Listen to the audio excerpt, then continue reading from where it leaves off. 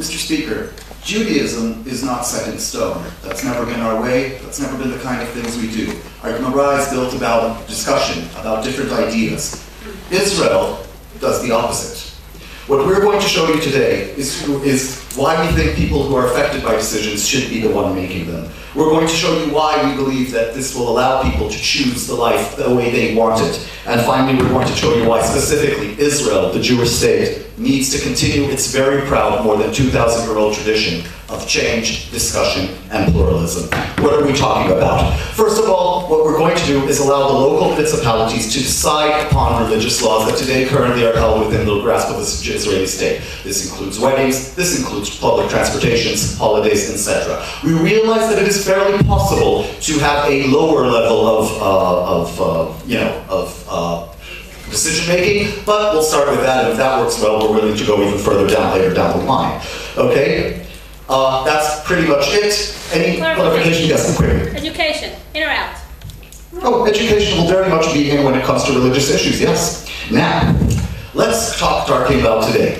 Why do we think this is the case? First of all, because we believe that the people who need to decide things are the people who are most affected by them. We think that is fair. We think it is unfair when a foreign entity tells you that you cannot marry a Cohen, but just because you're divorced, but even though you love that Cohen, I'm talking about me and Yoni, of course. Okay? And we also think, or that you can't marry Yoni just because he's a guy. Okay?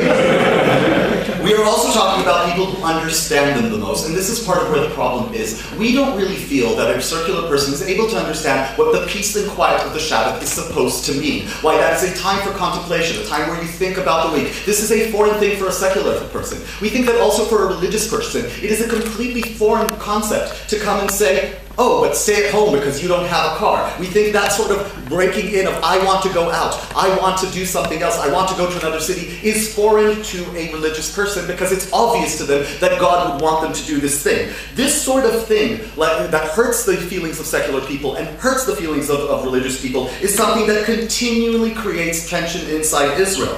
Okay? Now the problem with that, no thank you. Now the problem with that is that what happens is that people, every time a change is made, every time we want to make a change, and this is going to be quite a prevalent thing in our case, the problem with that is people see it as a threat to them. I cannot have an other option. And this leads us to the second point, which is why, even though we understand that in some communities, people will choose things that we as liberals do not like. I think the most obvious example that comes to mind for me right now would be the idea that women sit in the back in certain buses in certain areas. We think that is a very bad thing as liberals, but we think that is fine. Why? Because A, we think that it balances out with the fact that I cannot marry Yoni today. We think that it balances out with the fact that some of my money is taken in order to promote a religion a religious concept I do not necessarily agree with. We think that this balances out with other freedoms. But further than that, in the system that we have, what we're able to do is say, yes, maybe you don't like it, but if you want to leave it, we are giving you options. We are giving you more options to go and try different things. We believe that the more communities become prevalent, these kind of communities become prevalent and try different things, it will be easier for people to find the community that works for them, or works better for them.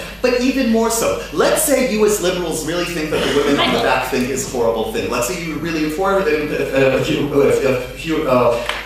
rights is important to you, then one thing you should do is stop funding it. You see, we believe that part of the feminist movement was not just an idea of, oh, they had an idea, but a spirit of the time. The times required more workforce. The times required more people, and therefore the ideas of people became acceptable to the ideas that slavery is bad, letting women work is good, etc., etc.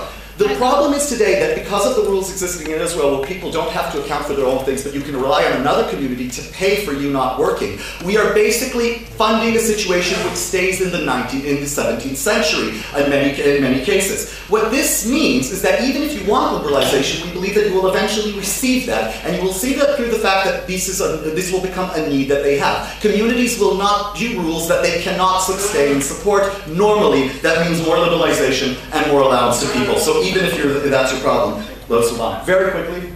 Okay, how does your not fair logic work when most of the cities are with integrated religious and secular people as well?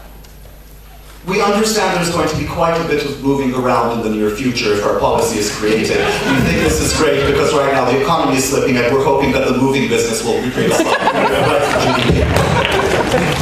Israel is a Jewish state. Now, we completely understand that Israel is a Jewish state, and we completely understand that Israel has the obligation to maintain a form of Jewish identity. But we think that our founding fathers and mothers did a very serious mistake. They thought that forming a state of Jewish identity means deciding upon what Judaism is, in which case they gave most of these decisions to the Orthodox community, which was random.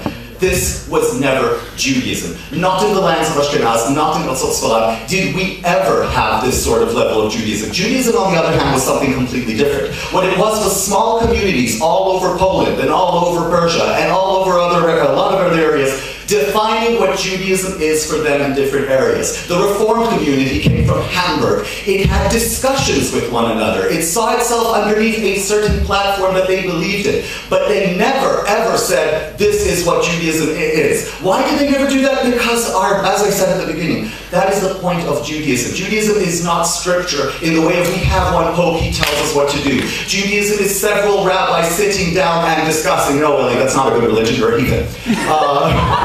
Okay? Judaism is people sitting down and discussing and talking about different points of view about what is right and what is good. Judaism is other people reading those debates again and again. This can only happen, and we can only return to this roots, if we create a world where these different discussions about what it means to be Jewish can happen without people feeling threatened, as I said at the beginning. Today, in order to change the law, I have to come up to you and say, when I'm changing the law, I'm affecting you. With Yair Har-Oz's idea, what we get, well, it's not our idea, but you know the motion says. Okay? What we get is people can say, I'm changing the law to try something new. A new kind of Judaism, maybe more secular, maybe more religious. Maybe I'll try the pork, maybe I won't, God knows.